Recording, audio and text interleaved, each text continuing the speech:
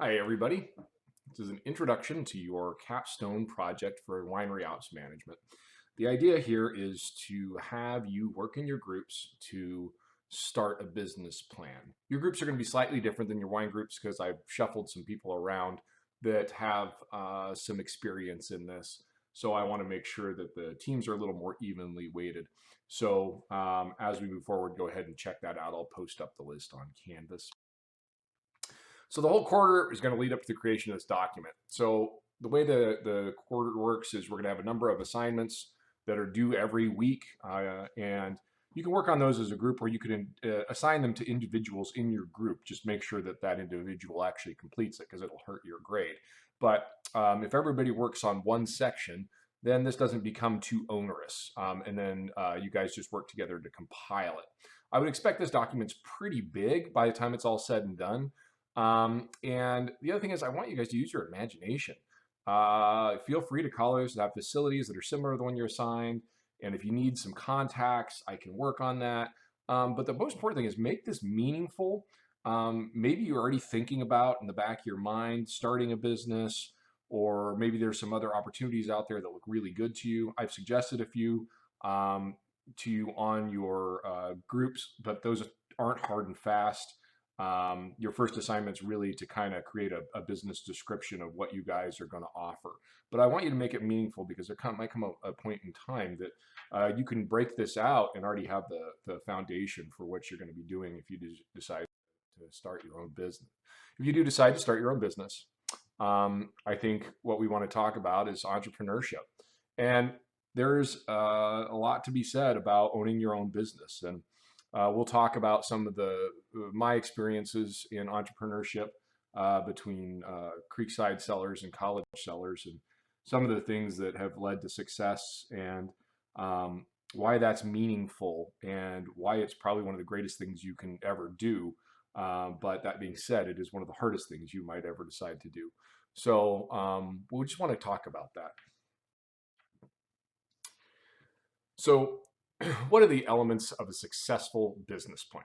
Well, the first thing we're going to do is go through and have you make a company description. Then we've got to go through and basically this is your table of contents for your report right here, right in front of you. We're going to have some understanding of compliance. You've already taken that class, so I'm not going to run over that. You should be able to pull things out from when that happened. Want you guys to put together a marketing plan. Again, you've already had a marketing class. So I want you to go ahead and be able to utilize some of the things that you've learned in that. Then management, we'll talk a little bit about management in this class and some approaches we can take for that. Products and services, you guys should already be masters at this for the most part. You've seen a pretty good breadth of the wine industry and the different things that the industry can offer. I want to talk about sustainability, primarily in regards to economic sustainability, and wastewater are going to be my big ones. But there is a lot of documentation that I'm going to be putting up for you guys to read through on this.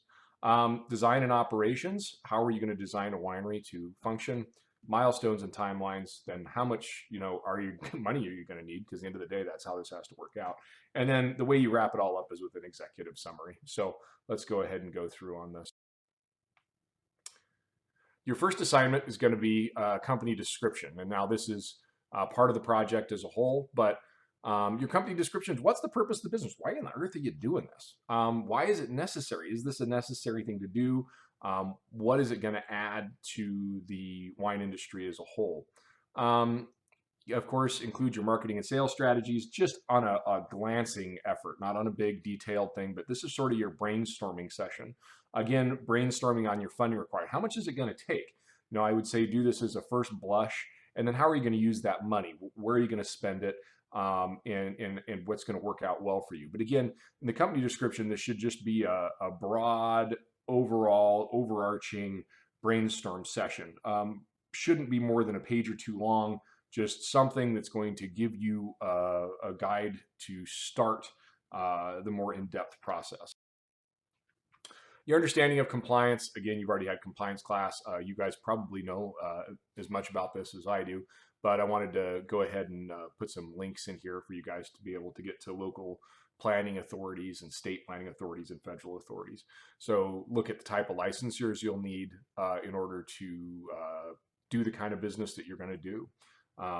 So you can go ahead and complete that section. Again, not too long, but this is not an assignment on its own. This is going to be just something you have to add to the project. Marketing. Well, making wine is easy. Selling the wine is hard. So I put some different strategies up here, but what are your marketing strategies going to be? If you're running a big bulk winery that sells primarily to other wineries, how do you engage? What things do you do? Do you go to trade shows? Do you call people? How do you engage with the bulk wine market? And we will talk about bulk wine during this quarter. And what's the image you want to create? Are you going to do it with your building? Are you going to do it with your labels? Is it the overall package? And how are you going to use the image of your business to convey what you're trying to accomplish? Management.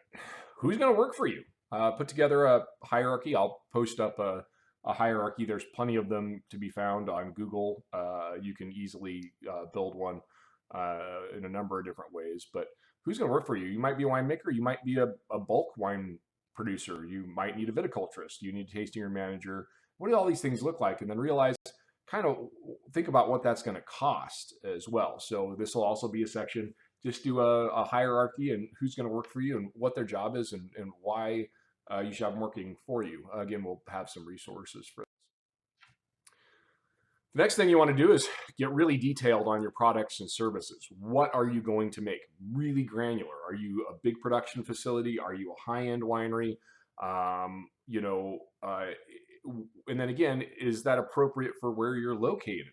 So, I mean, if suddenly somebody came to Walla Walla and started selling $200,000 bottles of wine, I don't think you'd stay in business particularly long because there just aren't a lot of people here to buy that type of product. And then the other thing we want to talk about is this consumer facing. Are you trying to produce what people want? Kind of sell your soul model, the White Claw market, make something that is pretty much fundamentally, soda in a can with a little alcohol in it. But you make a whole bunch of money that basically they looked out and saw what the consumers wanted and decided to produce it. And that's how most industries work. Or are you going to be artisanal? Like somebody like Hayus that has trying to sell your wines based on what you're doing, get your sense of uniqueness out there. That's a different style. That's a different approach. So are you going to make what the customer wants? Or are you going to make what you want and hope the customer likes it? I think those are kind of two different approaches in the wine industry. The other thing we want to talk about is sustainability. And how are you going to have a sustainable business? And the first S in sustainability is economic, stability. How do you make sure that you can grow, develop, and maintain your business? Then we also want to look at the environmental impacts of the wine business. Primarily, I want you to be heavily weighted in wastewater. You'll do a little report on wastewater, assignment on wastewater management. And so just sort of include that. And then socially, how are you helping out society? Your business should always not only just make money, but hopefully it becomes a beneficial piece to society as well. And, we start looking at juggernauts of business in certain ways. We see that there are not only benefits to, the person themselves, but sometimes frequently that trickles down to employees. I think Henry Ford was probably one of the greatest at this, maybe not environmentally, but we didn't know then. But he was not only really good at looking at the environment, but he was the first real entrepreneur in a big way to say, hey, I want to pay my employees a reasonable amount as well in order to be, socially sustainable as well. The next thing we want to talk about is design and operations. We're going to have an assignment on how you're going to build your winery. Look up some pictures, look up different designs, different styles, different ways you might want to build something, but go ahead and dream. It's one of my favorite things to do personally is dream. Let your brain go and figure out how you're going to produce something and drawing pictures over and over and over again. With all the technology today, it's great, but back in the day, what I used to do is just cut out tanks and I'd cut out tables and chairs and I'd draw a floor plan of our business. And then I'd put all the little tables and chairs and everything out and figure out what was the best way to get workflow and like walk around like almost like the little fingerboards they used to do back in the day where you'd walk through your business to make sure everything was as as efficient as possible. And then how does that design, relate back to your hierarchy of management? How many people you're going to have on board? Again, this could be something really simple. You could be, a 50-ton biodynamic winery that only has a handful of people working at it, or you could be a single proprietorship that just buys fruit, and maybe it's just you and somebody else, something pretty simple.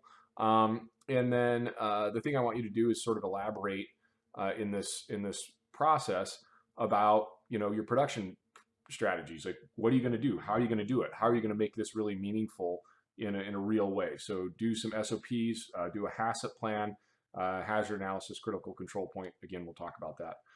And then who's in charge? Who reports to who?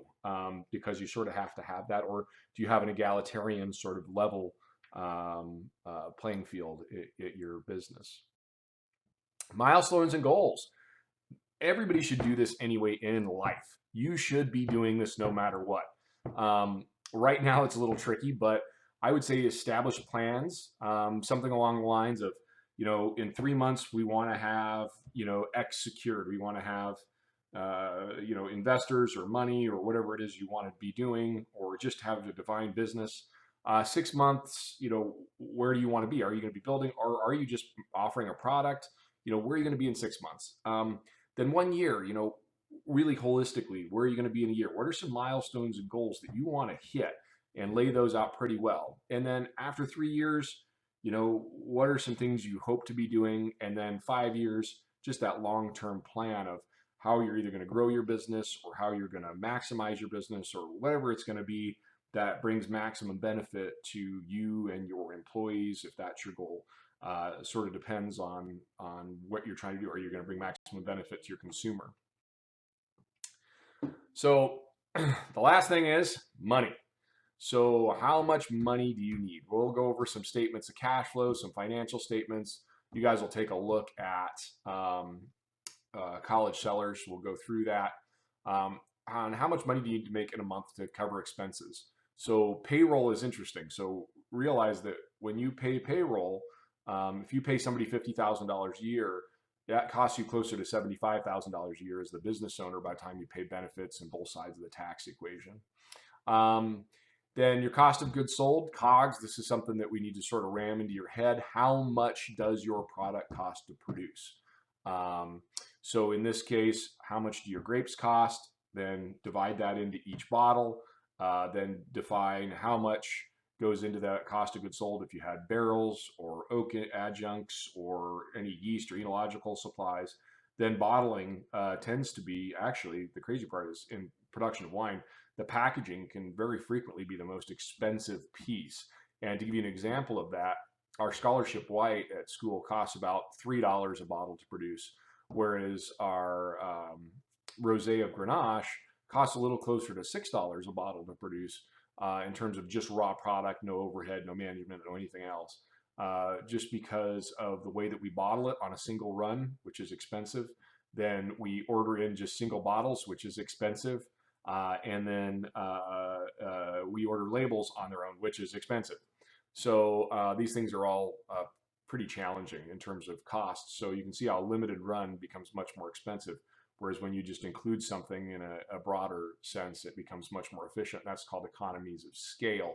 And that just means the bigger the business is, the more efficient they are. And then eventually you got to talk about overhead, and that's rent or debt service, your mortgage, power, taxes. And then think about all that, thing of cost of goods sold. How much does a unit cost? All that type of thing. Then finally, your executive summary. Basically take each piece of this, break it down, and put it together in a report. Your company description, which is step 1. The type of regulatory environment you're going to work in, step 2. Can you even do this? Before you even start anything else, look and make sure that you can do this. And what's it going to take to do that? The next step is marketing. How are you going to get the product to the consumer, and how are they going to buy it? Then move into your management team. figure out who's going to do what. What's that hierarchy look like? Do you have a big business, a small business? Um, and then we'll go into products and services. You guys already know that. What do you want to make? How are you going to make it? Or are you going to provide service? Are you going to run a cross-flow company? I don't know. Think about other things, maybe not necessarily directly in just wine production. You could do something that's ancillary to the wine industry. And then talk about sustainability. How are you going to be economically, socially, and environmentally sustainable? Design and operations. How does the building that you are going to function in or function out of work with people? How does that work? How does that work with your management plan? And number 8, just make your future. What are the milestones? What are your goals, and how are you going to get there? And that could be just as simple as a timeline, or just sort of a bullet point list of these are the things we want to do in 1 month, 3 months, 6 months, a year, or it could be even simpler, 6 months, 1 year, 5 years. Base that on your business and think about what's going to work the best for you. And then finally, put it all together and how much money is it going to take to make it? And then you just take all of that, condense it into a summary, and that's your executive summary. And so what's interesting though is the executive summary is the first page of the document. It's everything that you're going to do. Again, the executive summary, even though it's the last thing you do, it's the first page of the document. So I'm going to go ahead and post up some business planning worksheets that you can work off of, but you actually end with the executive summary. And that is kind of outlines all of these things. So that's about how this works. So how do you get an A? Break it up. Spread out the assignments to people in your group. This is not a particularly difficult task if you all work together on this. Make sure to use all the material I'm going to provide you. I'm going to load you up. I have a tremendous number of PDFs that compiled over the years that I'm just going to put up there for you guys to read and keep. Make sure to download and keep them.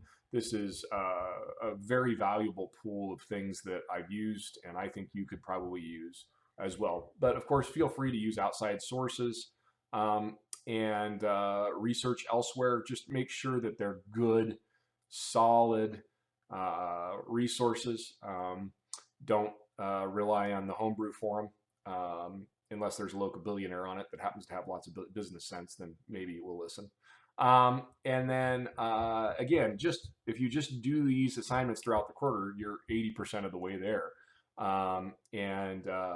Just make a checklist. Just have a section on each one, a table of contents, and make sure you got each place filled, and that should do it. Anyway, we wish you all luck, and have a good one.